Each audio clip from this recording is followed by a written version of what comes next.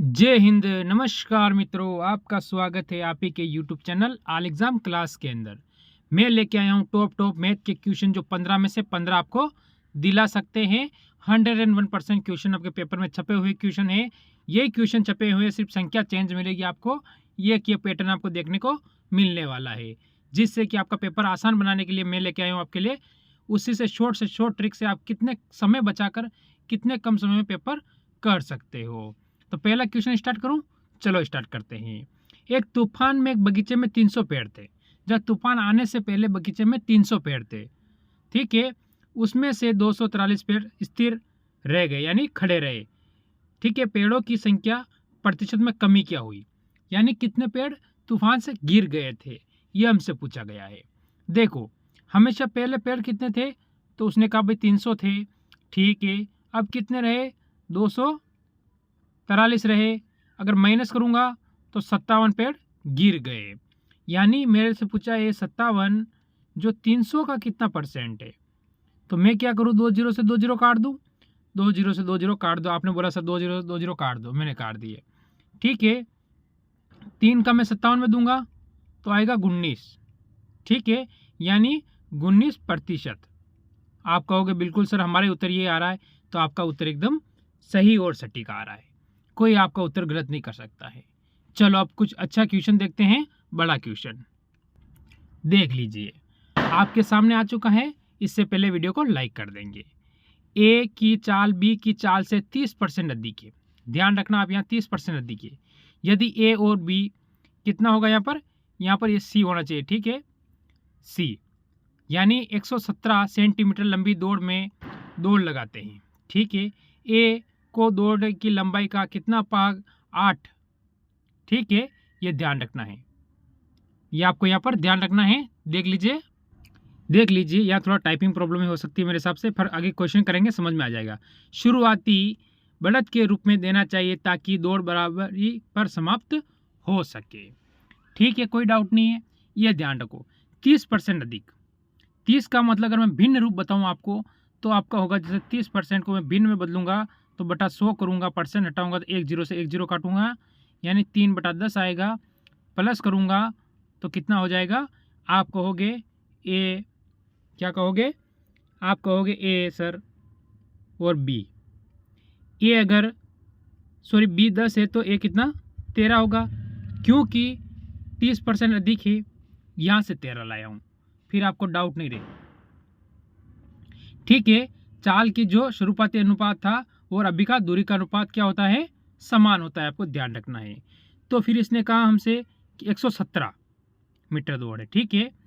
चलो ठीक है, मैं मान लूँ अगर बी 10 दौड़ रहा है तो ये 13 दौड़ेगा तो यहाँ से आएगा, थोड़ा सा आगे से आएगा तब 13 होगा ना। आप कहोगे सर बिल्कुल सही बात है, इसमें कोई बात नहीं है। तो 13 की वैल्यू दे रखी है 117। 13 की वैल्यू कितनी दे रखी है, 117। अगर मैं 13 से इसको काटूंगा तो 9 आएगा, ठीक है। आपको समझ में आ गया, ठीक है। तो एक की वैल्यू कितनी आई, 9। तो 9 इंटू में यहाँ 10 है तो 10 कर दूं। आप कहोगे सर कर दो, मैंने कर दिया। कितना हो गया, आप कहोगे सर 90 हो गया। तो अब बताओ 17 से 117 से 90 के बीच में अंतर कितना है, आप कहोगे सर 27 का अंतर है, 27 सेंटीमीटर, ठीक है। अगर बहुत सारे बच्चे यहाँ पर 90 आते, ऑप्शन में 90 भी है, तो आप यही से उत्तर लगाते। ये नहीं होगा आपका ऑप्शन नंबर, यहाँ से डी बिल्कुल सही हो जाएगा। बताओ समझ में आ गया हो तो अगला क्वेश्चन लो। चलो अगला क्वेश्चन देखेंगे। आप कहोगे सर ऐसे क्वेश्चन भी आते हैं, इतने सिंपल क्वेश्चन भी आते हैं हमारे पेपर में, आते हैं, 2020 में पूछा गया क्वेश्चन है।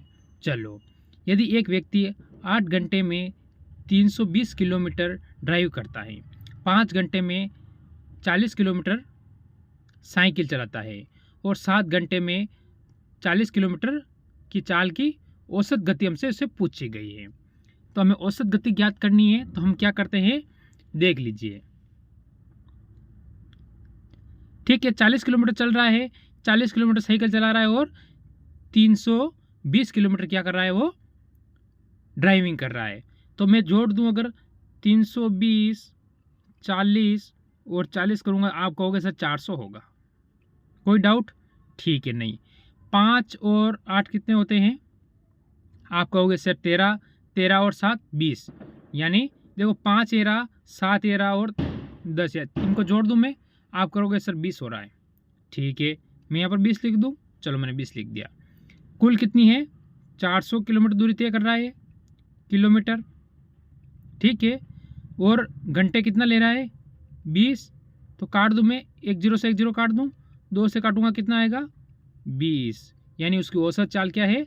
20 किलोमीटर प्रति घंटे की उसकी औसत चाल आ गई है। बताओ, आप में डाउट लगा हो, समझ नहीं आया हो तो, आ गया हो तो फिर अगला क्वेश्चन देखते हैं, इससे भी इंपॉर्टेंट। देख लीजिए, ये क्वेश्चन आया आपके सामने, क्या कहता है?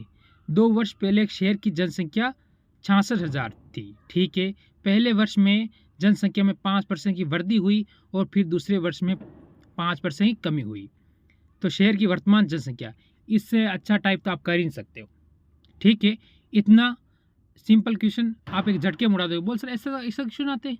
बिल्कुल आते हैं, आपके पेपर में पूछे गए क्वेश्चन हैं, ठीक है।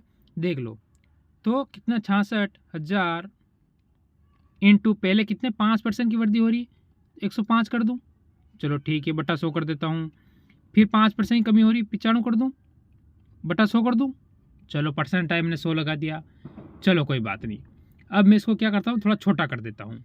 तो मैं 1 2 3 जीरो से 3 जीरो काट दूँ, आप कहोगे सर काट दो, चलो कोई बात नहीं।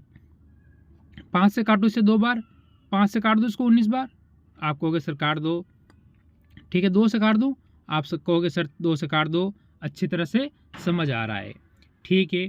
फिर मेरे पास क्या रहा, देख लीजिए, मेरे पास रहा है, पहले क्या रहेगा मेरे पास, 105 इंटू 19 इंटू 33, यही रहा है। आप कहोगे सर यही रहा है, तो मैं 105 इंटू 19 करूँगा तो मेरे को प्राप्त होगा 105 इंटू 19 5 यानी 1985 इंटू 33।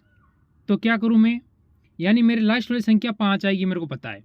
तो ऑप्शन ए नहीं होगा मेरा और ऑप्शन डी भी मेरा नहीं होगा, क्योंकि दोनों में 3 आ रहा है। तो मैं 5 का 5 कर दूँ, 5 कर दिया मैंने, ठीक है। इसके बाद 33 इंटू 5 5 आ गया, आगे आएगा आपका 3, ठीक है। यानी ऑप्शन मेरा यहाँ से सी एकदम सही है, बाकी का क्वेश्चन मेरे को करने की ज़रूरत ही नहीं है। ऑप्शन आपका यहाँ से सी हो जाएगा, बिल्कुल सही। 8 5 और 6, क्योंकि ये वो जगह है जहाँ पर आपका समय बचाता है, ये वो है ऑप्शन से आपका समय बचता रहता है। समझ आ गया? चलो अगला क्वेश्चन लूँ, देख लीजिए, ये मोस्ट इंपॉर्टेंट क्वेश्चन है आपके सामने।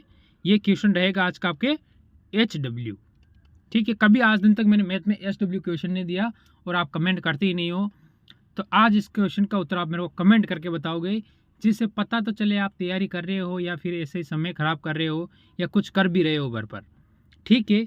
तो इससे पता चलेगा ये क्वेश्चन आपके सामने मोस्ट इंपॉर्टेंट क्वेश्चन है, ये आपके पेपर में छपा हुआ क्वेश्चन है 100%। मैं बोल रहा हूँ ये क्वेश्चन आपके पेपर में छपा हुआ क्वेश्चन है, सिर्फ आपको इसको हमें करके बताना है। चलो अगला क्वेश्चन देखो, ये लीजिए, आपके सामने एक और क्वेश्चन आ चुका है। ये क्वेश्चन तो आपका 1 सेकंड में उड़ा दोगे, मेरे को पता है, आप कोई टेंशन वाली बात नहीं। एक व्यक्ति के वेतन में पहले 40% की वृद्धि, पहले कमी की जाती है और फिर 40% की वृद्धि की जाती है, तो वेतन में प्रतिशत में कमी या वृद्धि हमसे पूछा गया है। ये क्वेश्चन आप 2 तरीके से करोगे, दोनों ट्रिक बताऊंगा मैं। पहले वाली ट्रिक देख लो आप, 100 माना कि उसकी वेतन कितना 100 है, पहले कमी हो रही है यानी 60 बटा 100 कर दूं, इसके बाद फिर उसकी में वृद्धि हो रही है 140 बटा 100। कोई डाउट नहीं होना चाहिए। 2 जीरो से 100 से 100 कट गया और 2 जीरो से 2 जीरो कट जाएगा, इंटू करूँगा तो कितना हो जाएगा, 14 इंटू 6 84, यानी 84 100 से कितना कम है। आपसे पूछा गया है कि 100 से 84 कितना कम है, आप कहोगे 16%। ये 16% आपका उत्तर है, ठीक है। ऑप्शन बी हो जाता है। अब दूसरी ट्रिक देखो, इसमें ये है x प्लस, ठीक है, y plus minus x y बटा 100। ये कई बार बता चुका हूँ मैं। इसमें कैसे करोगे आप, देखो पहले 40% की कमी हो रही, -40, ठीक है। इसके बाद आगे क्या है, फिर वहाँ के बाद में क्या हो रही, वृद्धि हो रही है, +40 कर दूँ, 40 प्लस देखो कितने हैं, 40 बटा 40, नीचे 100 लगा दूँ, 100 लगा दिए, 2 जीरो से 2 जीरो काट दूँ, ये माइनस के ये प्लस के 40 कट के 0, और 4 × 4 कितना हो जाएगा, 16।